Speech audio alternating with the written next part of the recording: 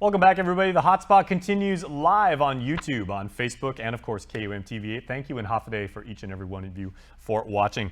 I am joined by two wonderful ladies right now. We got a live in-studio guest for you, and the Guam Human Rights Initiative is hosting a human rights conference series tomorrow regarding human trafficking on Guam and across the Pacific. Here to tell us about these series are co-founders of the initiative, very, very accomplished women scholars. They're also really, really cool. I've been talking to them during commercial break. They know a lot about a lot, so I'm really excited for this interview. We have Mary Kate Soliva. Hafaday, Mary Kate. Hafaday. Very good to see you. Us. All right, and Erica Anderson is here as well. So Erica, thank you for joining us. Thank you so much. Okay, I must also add that they literally they're dealing with jet lag.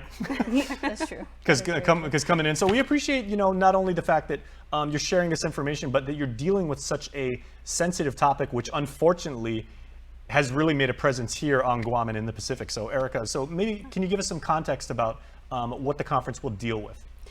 Yeah, so a little bit of background first. So Mary Kate and I decided to start the Guam Human Rights Initiative because we're both pursuing doctoral programs, and we really wanted to take what we were learning there and bring it back to Guam and apply it as best as we could. So we wanted to focus a lot on how to really do the research that we needed to do into different human rights issues. And human trafficking is one that we've dealt with before. We were doing our master's degrees together at UOG when Blue House broke. So when we were talking about wanting to invest in the community in some sort of human rights way, focusing on human trafficking was the most natural fit. So the conference that we're putting on, it is a full day conference on Thursday. We'll have 4 panels because we wanted to have a really well-rounded, interesting group of stakeholders presenting. So we have presenters from law enforcement, government, private business, and victim advocacy, plus a piece on how to protect yourself. There's also a webinar happening tomorrow at 8:30 a.m. That is on human trafficking from a strategic standpoint as more of a national security issue, which Mary Kate is an expert in. Oh, I don't know about an expert, but thank you. But you're both very, very well read, and I know obviously you've done like tremendous research into this area, and so your insight is very much appreciated. Yes, thank you. And we're just so grateful for the amount of support, because Erica and I literally just started earlier this year with the Guam Human Rights Initiative, but the fact that we put this conference together in under 3 months to really get that community support, and it was really important that we made it free for everybody. But as Erica pointed out, well, not only are we looking at it from a human rights standpoint, but also a national security standpoint with regards to human trafficking, especially with the strategic location Guam is for the United States. Now, it's one of the things that, Erica, I appreciate the fact that you brought up the Blue House Lounge-like case, which is, one of those things that goes back a few years. But I know when it came to human trafficking, it's really messed up to say, but a lot of people in a lot of different markets were like, okay, that's somebody else's problem. Like it's another country, it's another region or stuff like that. When it hits home and really happens on our shores, then it becomes, as the kids say, then it becomes a real deal. What do people have to know locally about how prevalent human trafficking is here in our community? Well, so I think a lot of the ways that human trafficking can manifest are things that we kind of take for granted. There are certain areas that you don't really go to because it's a little bit seedy for whatever reason. You avoid certain, I don't know, maybe certain bars, maybe certain massage parlors, places like that. Anywhere that that you might be a little bit concerned about. So I think that there's a general awareness that we have as locals on Guam that hasn't really translated into strict data, which is one of the things that we wanted to work on. But we also don't want the community to get so hung up on the data, because they're sort of like, well, where are the cases? Where are the numbers? There's no reporting. And even off islands, like, is it really happening That's here? a great point. And so, but I asked for folks to take a look at the significant lack, there could be lack of laws, lack of resources, lack of awareness. We don't have folks that are scholars, have degrees in countering human trafficking, for example. We're not taught, we don't teach it in the schools.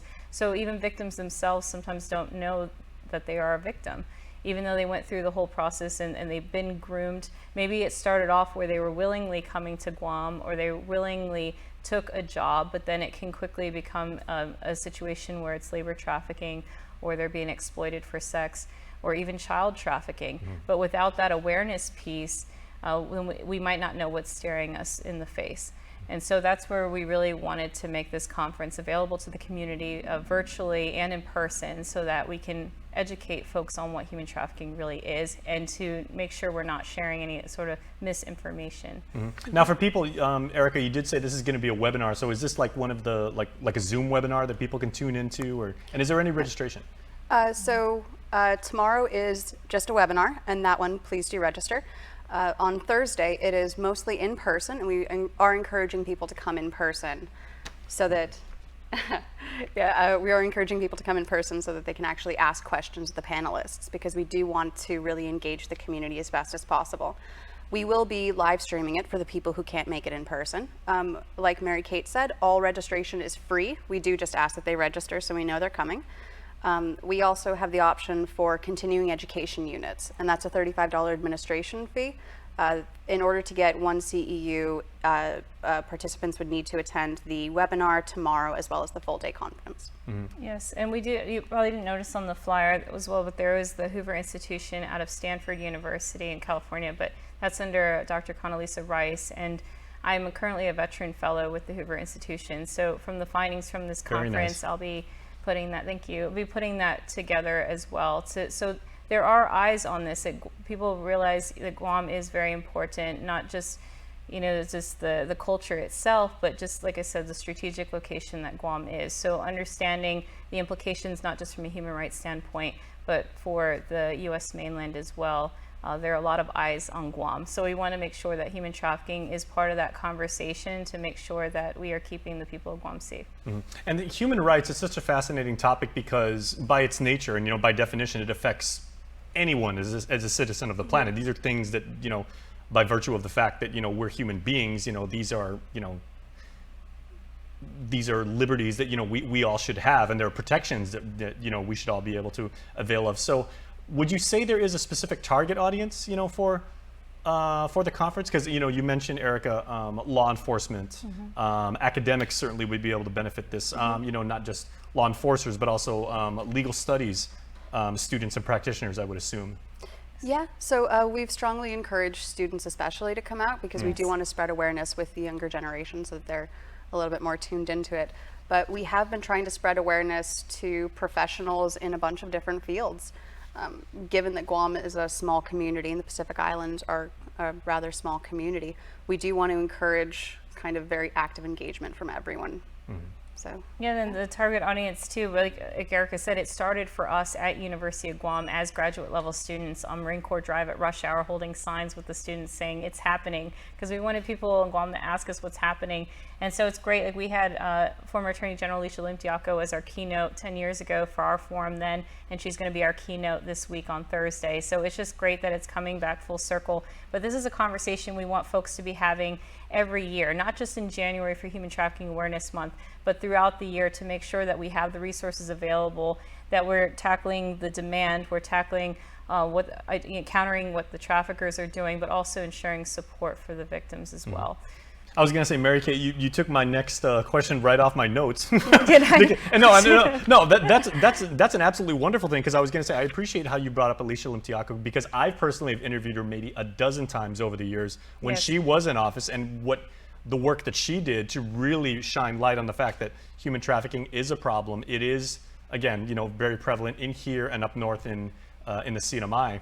Absolutely. And she did a tremendous job of really making people aware of this. She did, and one of the things that I remember even just a decade ago as a young university student that really stuck with me is, I remember she said, no child grows up saying I want to sell myself. So it always stuck with me of even if folks who are pro legalizing prostitution, you think about, is that their best choice for them? Is it their only choice? If they had other choices, would they make that choice? And so much the media oftentimes, just even around the world, mixes up smuggling and prostitution and trafficking, uses those words interchangeably. But it's so important that we're using the right wording, it's the right language, that we're sending out the right information. So really, it started here in Guam for both Eric and I, and we're just glad to be back to share this message again. Well, on that point, of course, and then please, everybody, we want you to register for the conference. Amazing stuff by very, very learned professionals, and we really want you to register, become, there, thank you. The link is in the bottom if you're watching us on the live stream right now. Please make sure to hit that bit.ly link, and you can register. And please, recommend your friends to do so. Going forward, though, we also want to encourage people to get involved in the Guam Human Rights Initiative, the organization itself. So if there are people out watching this right now who feel motivated and say, I was inspired, I believe in what you guys do, and sign me up, like how many people do so? They're welcome to contact us through our website. There is a live chat button where you can talk to any of us. You can send us emails, anything like that. We'd love to hear from people. Any ideas they have. And different skill sets too. Like we have folks that that we're connected with from other nonprofit organizations that they trace the money. We got folks that are looking at the cyber crimes, trying to find predators online. So even if you have like marketing background as you do, there's the messaging that goes out, and ensuring like sometimes the messaging it could be misleading, because sometimes, like I said, victims don't even realize that they are victims. So it's really important that the messaging that we're putting out there is something that's relatable to those who may be living in that situation. And so there's something, even if you spend 15 minutes a week to just make sure a social media post that you're going out is from a legitimate source, and putting that out there, you're helping in the fight against human trafficking. You don't need to be law enforcement, a social worker, a doctor to be part of the fight in combating human trafficking. It's something that all of us collectively, it's going to take the community to do and to support, because if we're going to fight and defend freedom for all in the United States, we should be fighting to end modern day slavery. And that's really what it is. We knew it as comfort women back in World War II. We've known it as human trafficking over the years. It is modern day slavery, and it's invisible chains. So it's something that, again, it's going to take all of us collectively to use our skill sets and join the fight. And human rights, maybe just to wrap up here, is, again, such a broad term. It covers such a wide spectrum of topics. Maybe going forward, and like even though we're really concentrating on human trafficking and we really want to make positive change and really reduce this problem, as you said, Mary Kate, what other topics do you see the initiative maybe taking focus on going forward, or like other aspects of human rights that people may want to glom onto and become part of? Well, so when we were talking about establishing this organization, we chose human rights because it did have a lot of space under it, and we wanted to make sure that as an organization we'd have the flexibility to kind of adapt to whatever came along. The world is constantly evolving, and we wanted to make sure that we didn't pigeonhole ourselves in any way. So we're in conversation with people in the environmental sphere. We're talking to lawyers. We're talking to human rights advocates from a variety of different fields. And we're just trying to be as open as possible to any other topics that can come up. And the United Nations Sustainable Development Goals is something that even a lot of companies, I know Erica's the SME, subject matter expert on corporate social responsibility, but that's something that these are kind of buzzwords that some people that are listening now may not be familiar with, but you can go online and see the United Nations Sustainable Development Goals, and one of the things we're thinking about even for near future is women's peace and security. It's something that, even for the military is important, for our host nations, it's really important, and for Guam, it's important too. So we really just want to be able to amplify the voices on these human rights issues throughout the region. Now, I'm an old man, but I was not around to see like the civil rights movement and everything, but I can just say, in the last 3 or 4 years, there has never been a time in my existence on Earth when we've had a period of so much social change. And I can think of no other organization more necessary than the very fine work that you ladies and your team are doing right now. So I mean, tremendous work, and thank you so much for putting on this conference. Really appreciate that. Thank you so much, and we hope to see everybody there. Okay, Erica, any final words? No, thank you so much for having us on. All right, that's it. So please, everybody, there is the link once again. Please register and please attend, and please help our island with this very, very real issue facing us. All right, we are going to take another commercial break, but when we come back, catching up with the Department of Youth Affairs. That is coming up next.